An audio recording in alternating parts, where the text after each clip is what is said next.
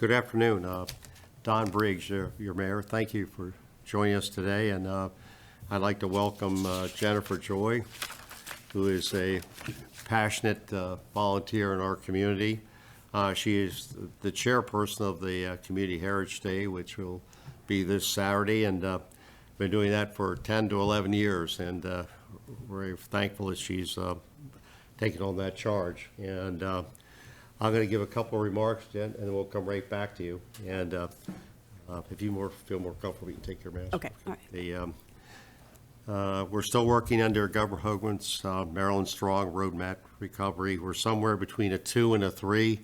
All kinds of things are kind of starting to permeate and allowances for opening this and that to a certain degree. We have a teleconference tomorrow, the mayors with the county executive, and we'll find out more about where we are.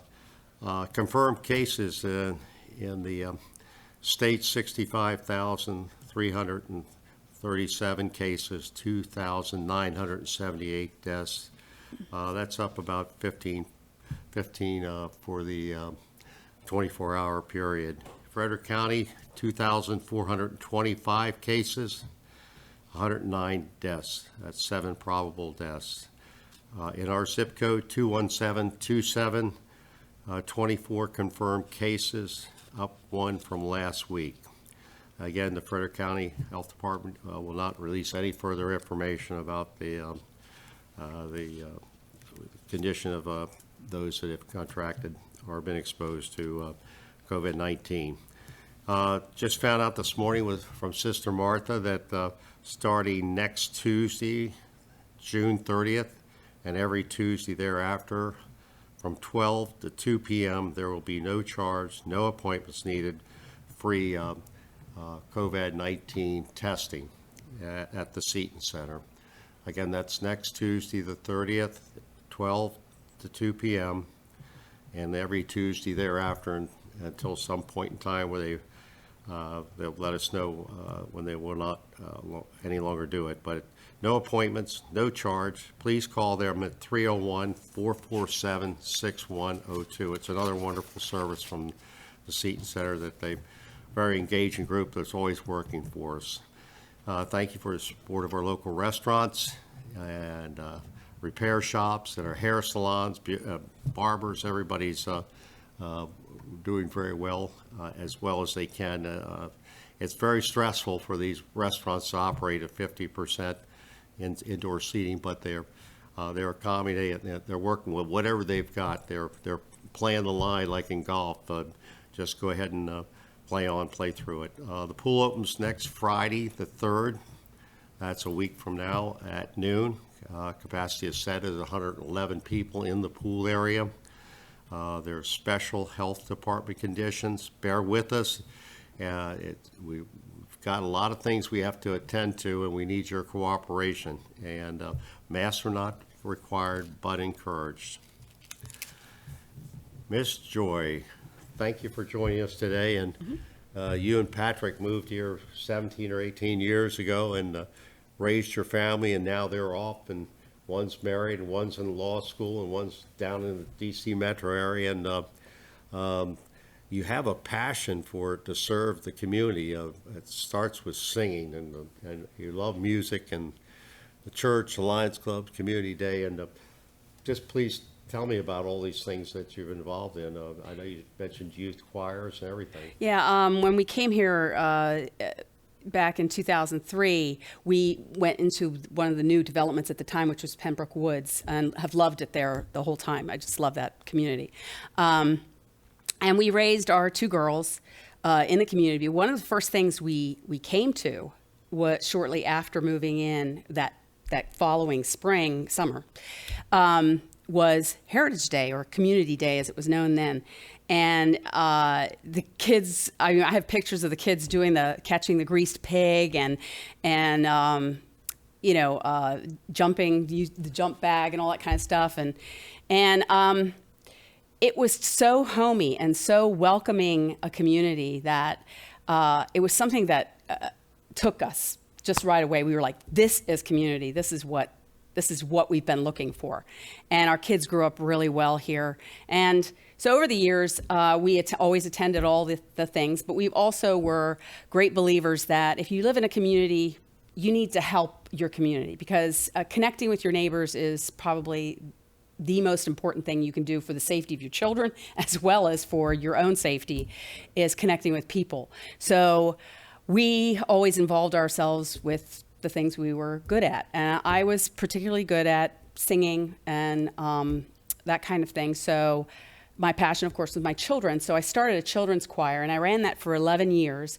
It was basically, the kids would get a CD, they'd practice, and then we'd do dance moves with it, and then they'd perform it at over here at the old age home. I can't remember what it's called then, but there. And then over in Tawnytown and places like that, at other churches. And then I started a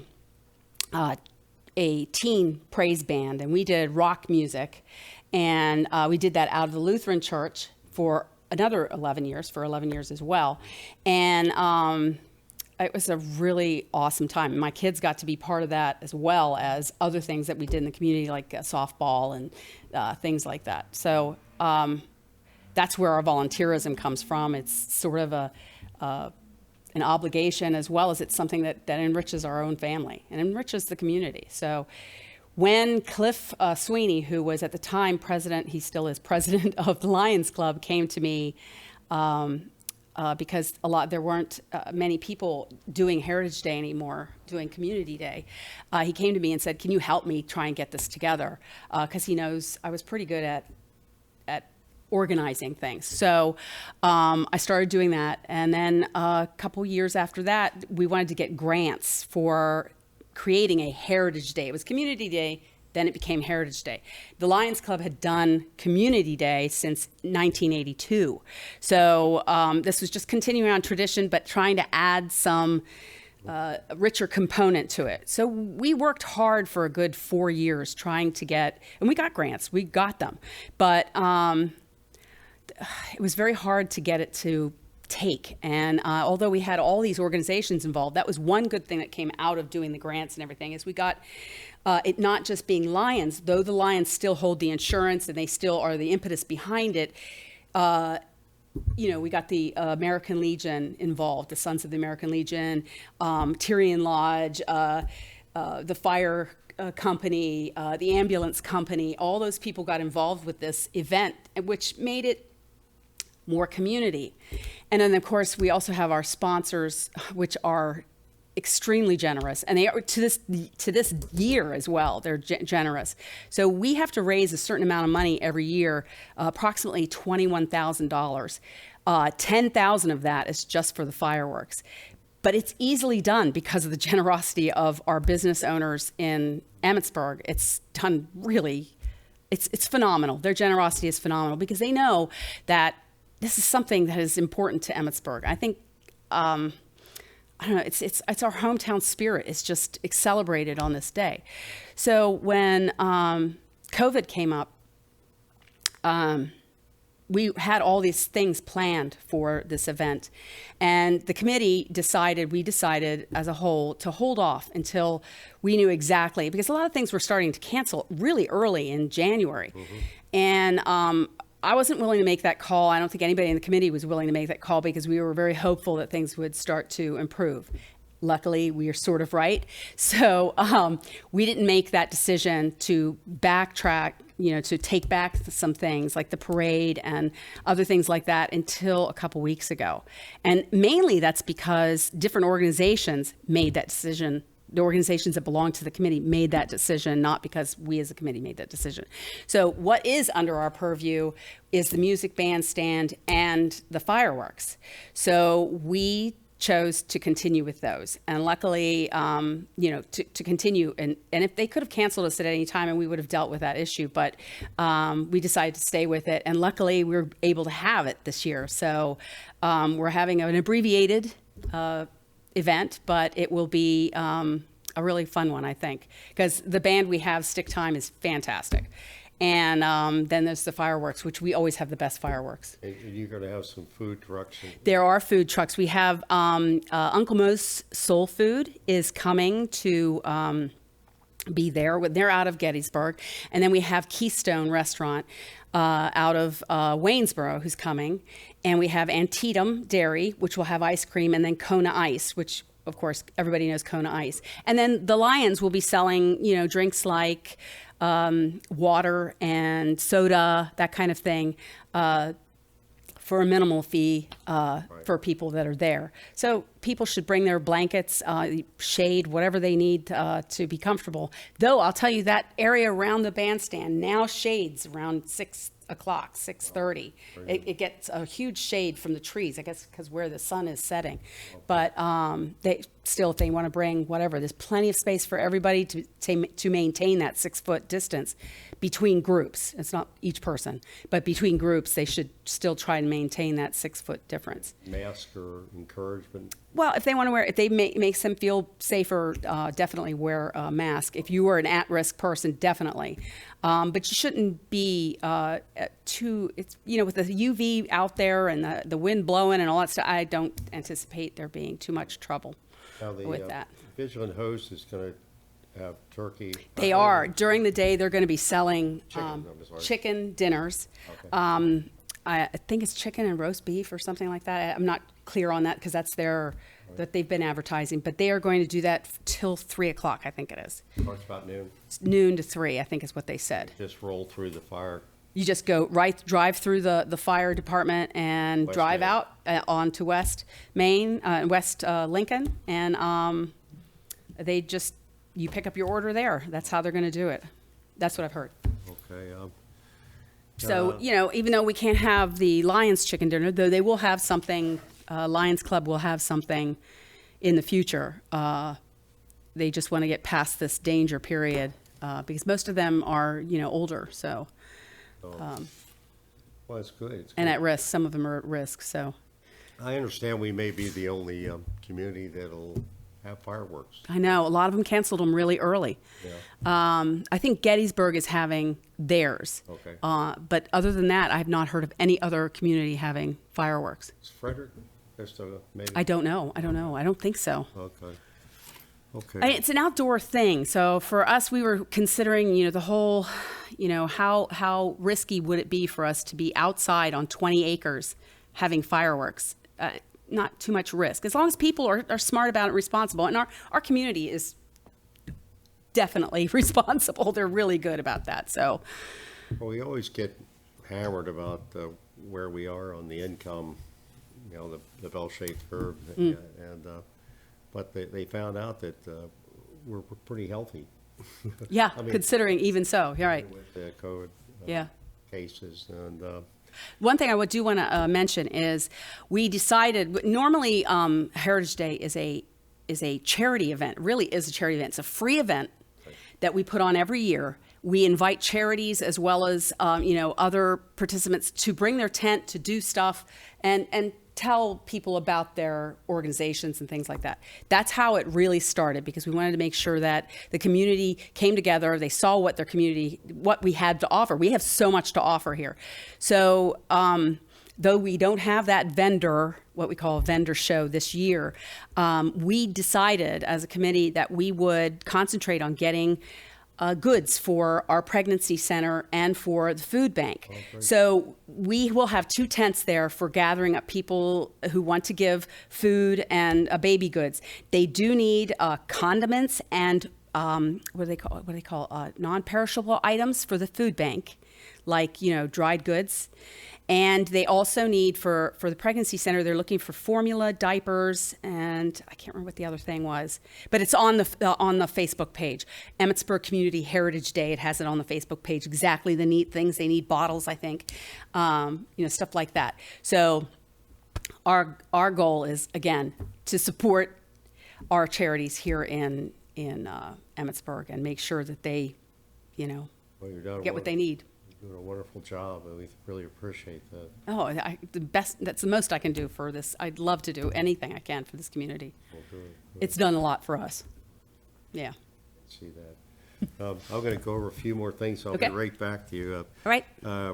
Quickly, we had the groundbreaking for the new Dunkin' Donuts out in the Silo Hill area yesterday, and they're breaking ground today or tomorrow, and will be open September 1st.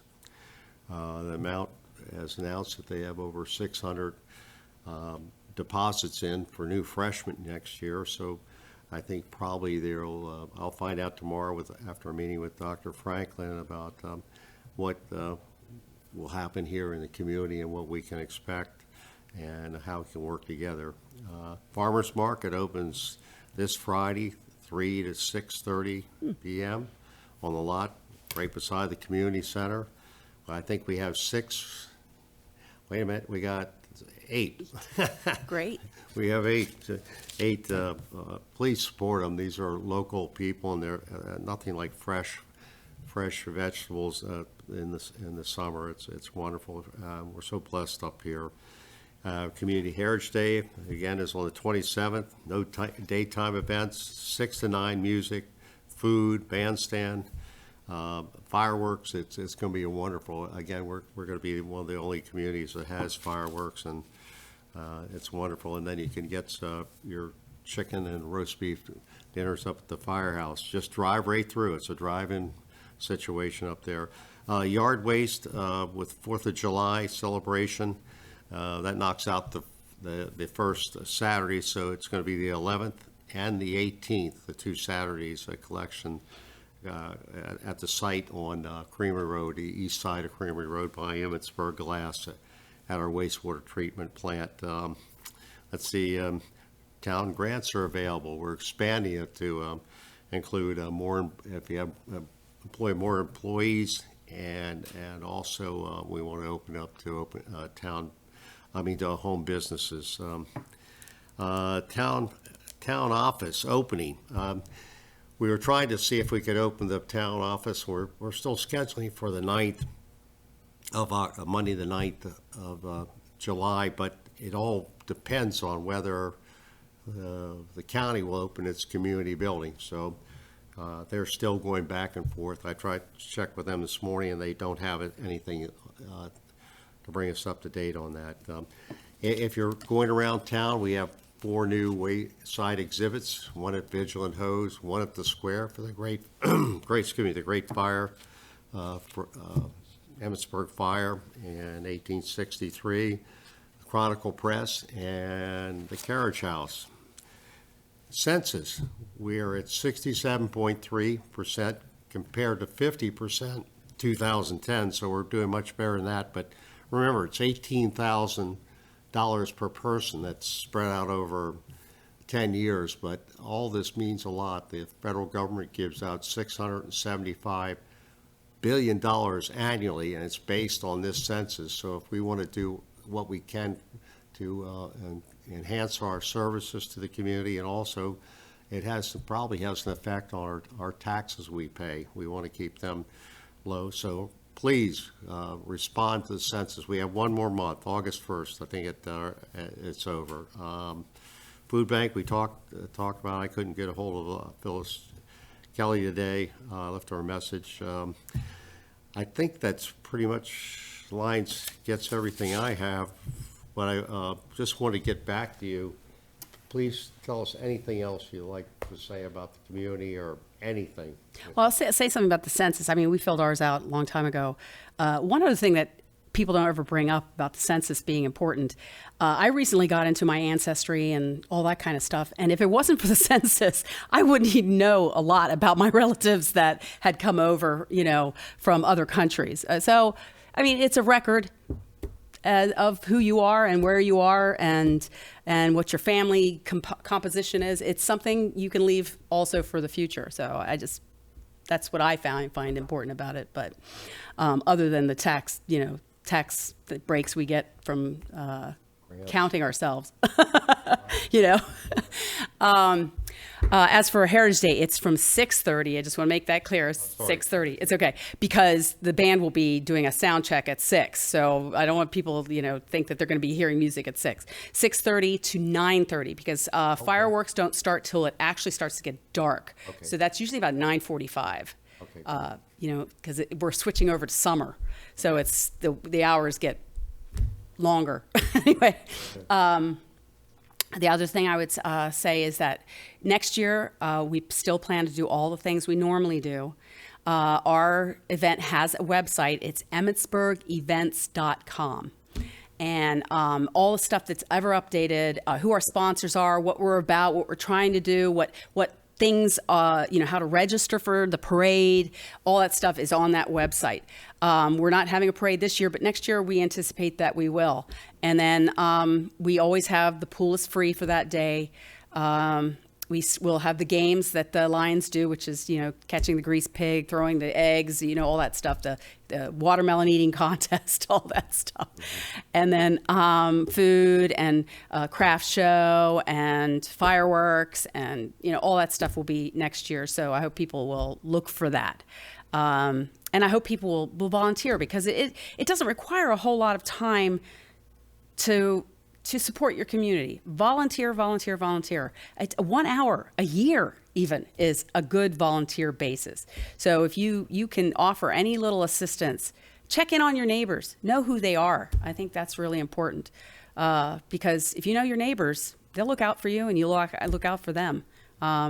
It makes a tight community, and we do have that here. I mean, it's not like the city or something.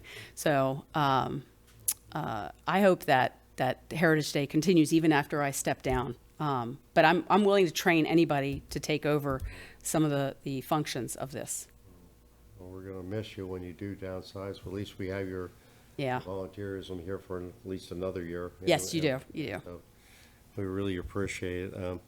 I just want to thank you on behalf of myself, the commissioner, town staff, and all the residents of town. Thank you for coming today, be here today, and all the service you've given to our community. Oh, my pleasure. My pleasure. And very good. Well, thank you, everybody. We'll be back the same time next week, and I will have Sister Martha from the Seton Center with us.